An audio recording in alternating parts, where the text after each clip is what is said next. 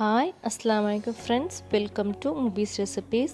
இன்றைக்கி ஒரு டிஃப்ரெண்ட்டான ஒரு ஆன ரெசிபி எப்படி செய்கிறதுன்னு பார்க்கலாம் வாங்க.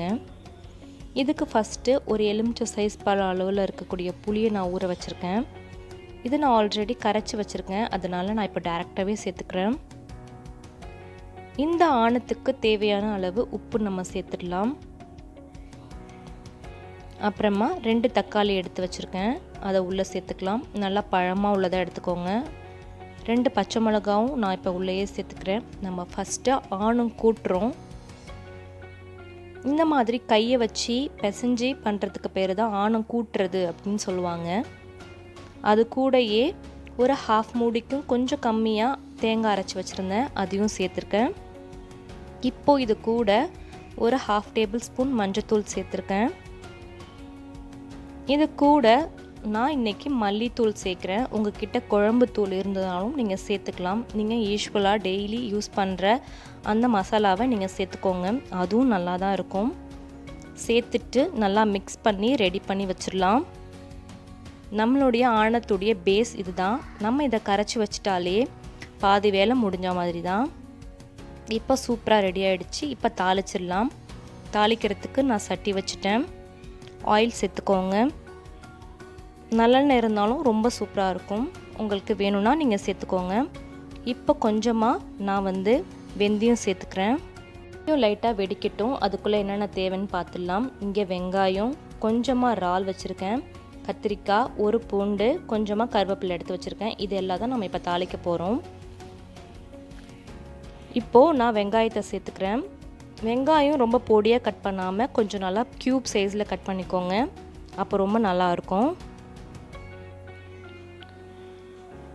இந்த ஆயிலில் நல்லா ஃப்ரை ஆகட்டும்.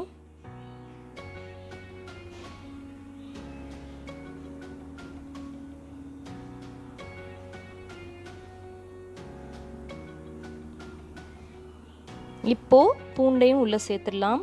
பூண்டு எண்ணெயில் நல்லா வதங்கினா நல்லா டேஸ்ட்டாக இருக்கும். அதுக்காக நம்ம இந்த பூண்டை இந்த ஆயில்லையே நல்லா நம்ம வதக்கிடலாம்.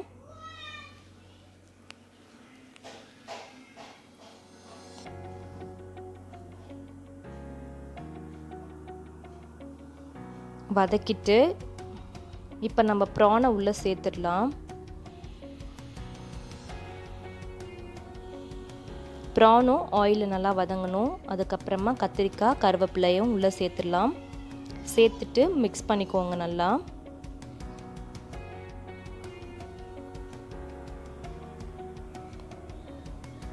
இந்த கத்திரிக்காய் ஆயிலில் நல்லா வதங்கி வரும்போது ரொம்பவே சூப்பராக இருக்கும். இப்போது நல்லா வதங்கினதுக்கு அப்புறமா ஒரு டேபிள் ஸ்பூன் மிளகாய்த்தூள் ஆட் பண்ணியிருக்கேன். நல்லா மிக்ஸ் பண்ணிக்கலாம். அடுப்பை சிம் பண்ணிவிட்டு மிக்ஸ் பண்ணிக்கோங்க, இல்லைனா கரிஞ்சிரும்.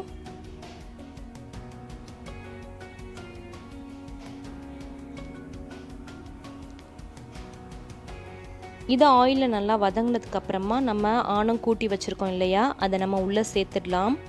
நம்ம ஆயிலில் நம்ம மிளகாய்த்தூள் வதங்கினதுனால கலரும் ரொம்ப அட்ராக்டிவாக வந்திருக்கு.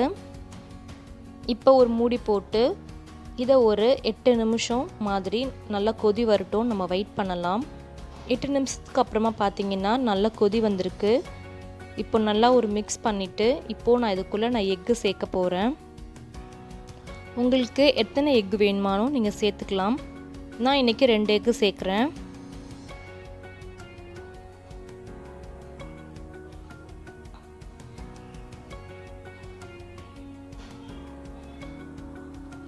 சேர்த்துட்டு அடுப்பை நல்லா சிம் பண்ணி திரும்பவும் ஒரு 5 to 10 மினிட்ஸ் நம்ம அடுப்புலையே வச்சிடலாம். எண்ணெய்லாம் பிரிஞ்சு வரணும், அதுக்காக நம்ம சிம்மில் வச்சிடலாம். நல்லா வெந்ததுக்கு அப்புறமா ஓப்பன் பண்ணி காட்டுறேன். சூப்பராக ரெடி ஆகிடுச்சு. நம்மளுடைய இறால் முட்டை போட்ட சூப்பரான ஆணும். வீட்டில் எல்லோரும் ட்ரை பண்ணி பாருங்கள். மறக்காமல் மூவிஸ் ரெசிபியும் சப்ஸ்கிரைப் பண்ணிக்கோங்க. பக்கத்தில் இருக்கக்கூடிய நோட்டிஃபிகேஷன் பெல்லையும் ப்ரெஸ் பண்ணிக்கோங்க. ஸோ தட் நெக்ஸ்ட் டைம் நான் போடுற வீடியோ உங்களுக்கு ஈஸியாக நோட்டிஃபிகேஷனில் வரும் ஃப்ரெண்ட்ஸ். தேங்க்யூ. அஸ்ஸலாமு அலைக்கும்.